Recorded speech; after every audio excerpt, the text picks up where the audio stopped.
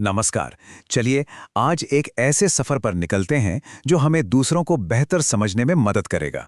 और ये सफर शुरू होता है एक बहुत ही सीधा है लेकिन उतना ही गहरा सवाल से।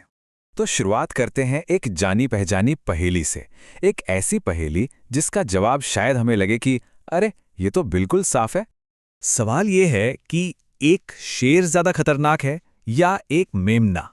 अब कोई भी कहेगा ये भी कोई पूछने की बात है। जवाब तो बिल्कुल सीधा है ना। शेर शिकारी है, जाहिर सी बात है। पर क्या कहानी बस इतनी ही है?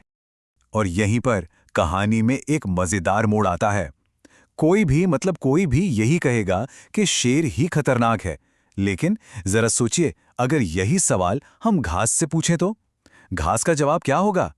उसके लिए तो मेमना ही सबसे बड़ा खतरा है, क्योंकि वो उसे खा जाता है।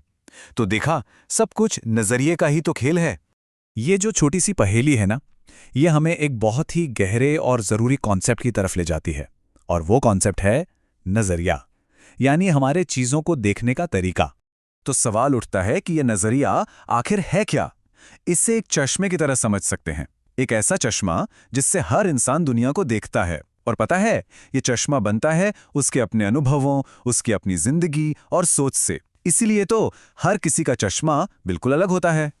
और यही बात जो हम अभी कर रहे हैं, वो मूल स्रोत में भी बड़े अच्छे से समझाई गई है कि हर एक इंसान चीजों को अपने ही फ्रेम से, अपने ही नजरिए से देखता है।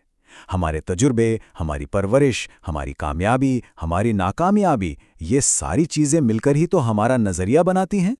तो फिर इसका मतलब क्या हुआ? मतलब ये कि किसी को भी गलत ठहराने से पहले एक पल रुककर ये सोचना बहुत जरूरी है कि शायद उसकी जिंदगी के हालात ही कुछ ऐसे रहे होंगे जिसने उसे वैसा सोचने और वैसा करने पर मजबूर किया। ये जजमेंट नहीं है, ये समझने की कोशिश है।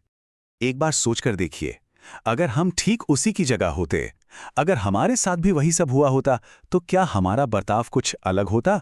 शायद नहीं। और बस यहीं से एम्पैथी यानी सहानुभूति की असली शुरुआत होती है। चलिए इसी सोच को एक और बहुत ही खूबसूरत मेटाफर से समझते हैं। देखते हैं कि ये हमें क्या सिखाता है। कभी ऐसे सोचिए कि हर इंसान की जिंदगी एक किताब की तरह है। उसके पन्नों में न जाने कितनी कहानियां, कितने अनुभव और कितना ज्ञान छिपा है।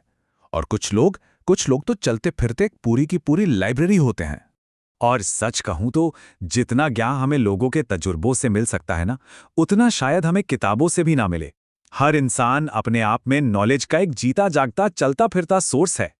मतलब ये कि हम अलग अलग लोगों से अलग अलग तरह की चीजें सीख सकते हैं।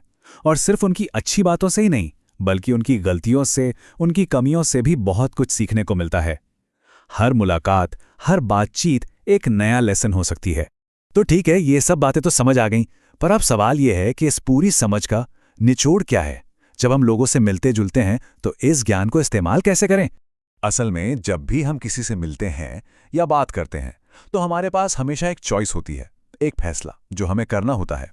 पहला रास्ता तो यह है कि हम उस इंसान में खूबियां ढूंढें और उन्हें अपनी जिंदगी में शामिल कर लें। और दूसरा रास्ता यह है कि हम सिर्फ उनकी कमियों को देखें और बस निराश होते रहें।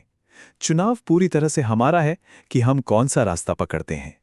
तो चलिए इस बातचीत को यहीं पर एक सवाल के साथ छोड़ते हैं। आज आप कौन सी किताब पढ़ने वाले हैं?